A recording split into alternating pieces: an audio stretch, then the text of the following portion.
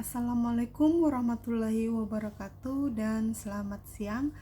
Pertama-tama marilah kita memanjatkan puji dan syukur atas kehadirat Allah Subhanahu wa taala, atas berkat rahmat serta nikmat kesehatan yang telah diberikan kepada kita sehingga kita bisa berkumpul dan bertatap muka di ruangan ini. Tidak lupa pula kita kirimkan salam dan salawat kepada junjungan Nabi besar kita, Nabi Muhammad SAW, kepada keluarganya, sahabat-sahabatnya, bahkan kepada kita yang masih taat kepada ajaran beliau. Pada kesempatan ini saya akan membawakan satu topik yang menurut saya masih sangat penting, masih perlu kita pahami tentang apa itu diare, gejalanya apa, penanganan pertama apa yang kita lakukan, serta kapan kita akan ke rumah sakit apabila kita terkena diare. Di sini kita akan membahasnya. Sebelumnya saya berterima kasih kepada para peserta yang telah hadir di kegiatan ini. Di sini saya melihat didominasi oleh wanita-wanita, meskipun ada sebagian para lelaki yang hadir di acara ini.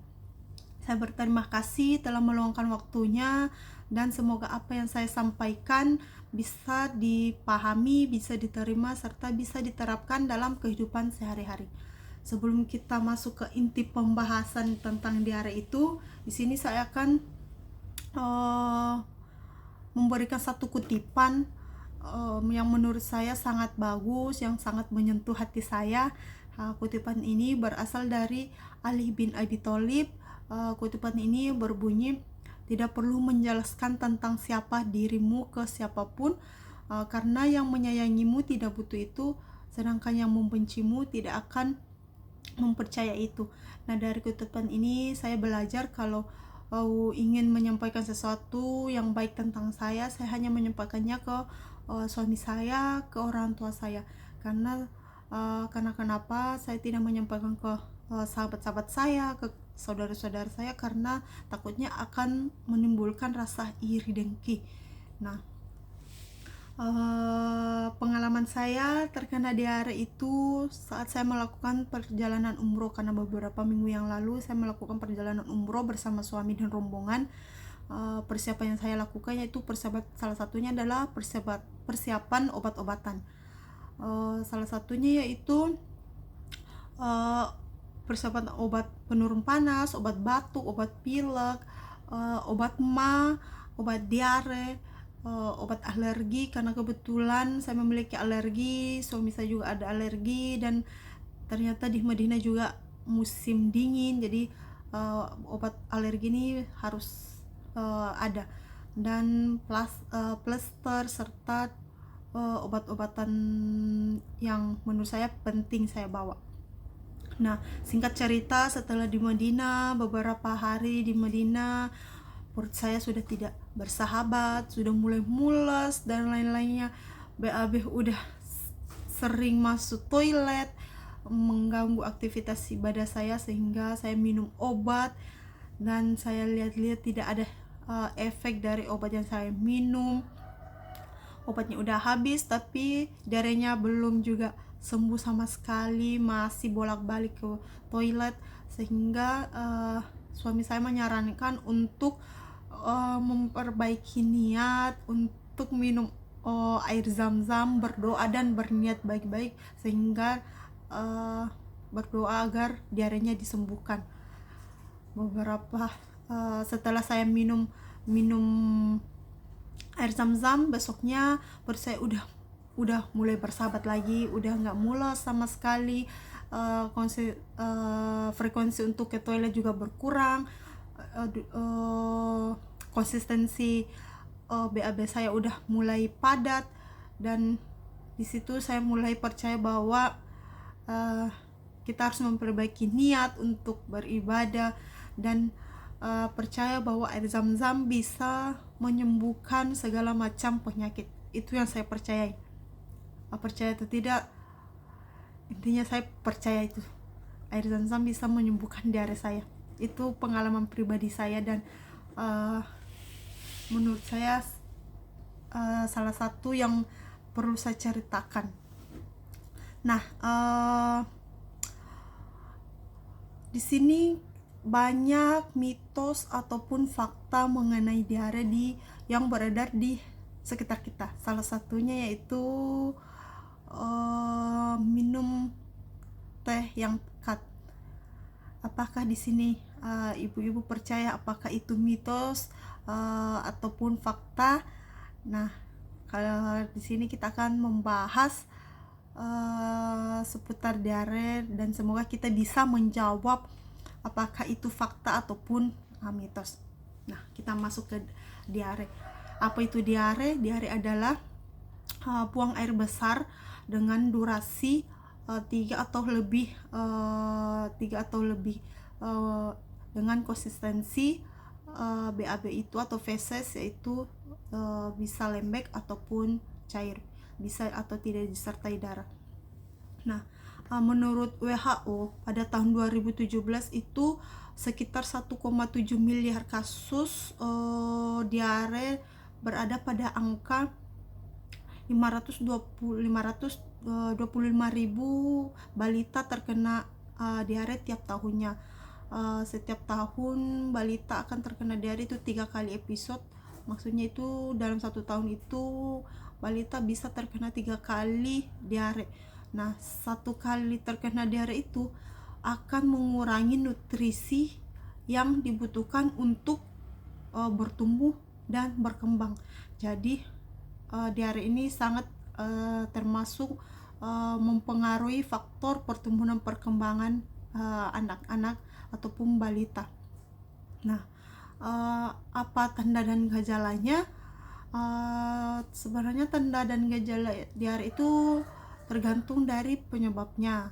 Nah, secara umum gejala diare itu pasti buang air besar lebih dari 3 kali atau lebih. Konsistensinya atau bentuk fesesnya kita itu bisa cair ataupun lembek, bisa disertai mual ataupun muntah, dan bisa juga mengalami demam, dan parahnya bisa mengalami dehidrasi. Nah, yang bisa menyebabkan kematian ini pada diare itu yaitu dehidrasi, karena elektrolit cairan yang ada dalam tubuh kita itu keluar melalui feses. Belum kalau kita muntah, ditambah lagi muntah, ditambah diare, akan memperburuk dehidrasi. Nah, pada anak-anak diare paling sering itu adalah diare yang disebabkan oleh bakteri maupun virus. Karena penyebab diare itu bisa salah satunya itu infeksi ini disebabkan oleh virus, bakteri ataupun amuba, jamur, bahkan sampai pada keracunan makanan ataupun zat-zat yang tidak dikenali oleh sistem pencernaan kita, sehingga akan membuat kita mengalami diare atau BAB cair atau kata lainnya mencret. Nah, terus apa tanda-tandanya kalau anak diare disertai dehidrasi? Nah, dehidrasi itu ada 3 macam. Diare yang disertai dengan dehidrasi, diare tanpa dehidrasi. Nah, diare tanpa dehidrasi, diare dengan dehidrasi ini dibagi lagi: diare tanpa dehidrasi, diare dengan dehidrasi ringan sedang, dan diare dengan dehidrasi berat. Kapan kita ke rumah sakit? Kita ke rumah sakit itu apabila kita lihat anak-anak kita, bayi-bayi kita udah mulai rewel, udah mulai gelisah, bahkan sulit untuk minum. Karena salah satu tanda gejala dehidrasi itu kalau dia ringan sedang itu bayi masih mau minum, sering minum karena merasa haus, sering minum karena merasa haus. Kemudian matanya agak cekung, mulai rewel, mulai gelisah. Nah, apabila udah berat itu dia sama sekali tidak mau minum, dia sudah mulai ngantuk, tidak sadarkan diri. Nah, itu yang harus kita waspadai dan harus segera ke rumah sakit. Nah, penanganan pertama yang kita lakukan apabila terkena diare, bayi-bayi kita terkena diare atau kita sendiri terkena diare, yaitu kita harus minum Oralit, karena salah satu penanganan diare itu yang dianjurkan pemerintah itu yang kita sebut 5 lintas diare. Lintas diare pertama itu adalah Oralit. Oralit ini berfungsi untuk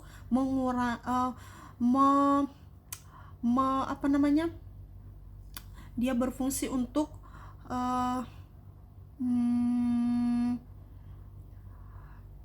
elektrolit yang keluar ini bisa muncul kembali, atau kata lainnya dia Oralit ini berfungsi untuk menggantikan elektrolit yang keluar tadi dari feses maupun dari muntah. Jadi wajib di rumah itu menyediakan Oralit. Setiap minum harus, apabila 1 hari tidak ada perubahan, itu langsung segera ke rumah sakit, karena 4 lintas diare selanjutnya itu akan ditangani di puskesmas ataupun di rumah sakit terdekat. Nah, itulah pembahasan yang kita bahas tentang diare, tentang apa itu diare, gejalanya apa, kapan kita ke rumah sakit, penanganannya apa. Sudah kita bahas secara singkat. Semoga kita bisa bertemu kembali. Sebelum saya mengakhiri pembahasan saya akan memberikan satu pantun. Maaf kalau pantunnya agak sedikit garing, yaitu ke Depok beli minyak. Terima kasih banyak. Saya akhiri. Assalamualaikum warahmatullahi wabarakatuh. Semoga kita bisa berjumpa lagi di pembahasan selanjutnya. Terima kasih.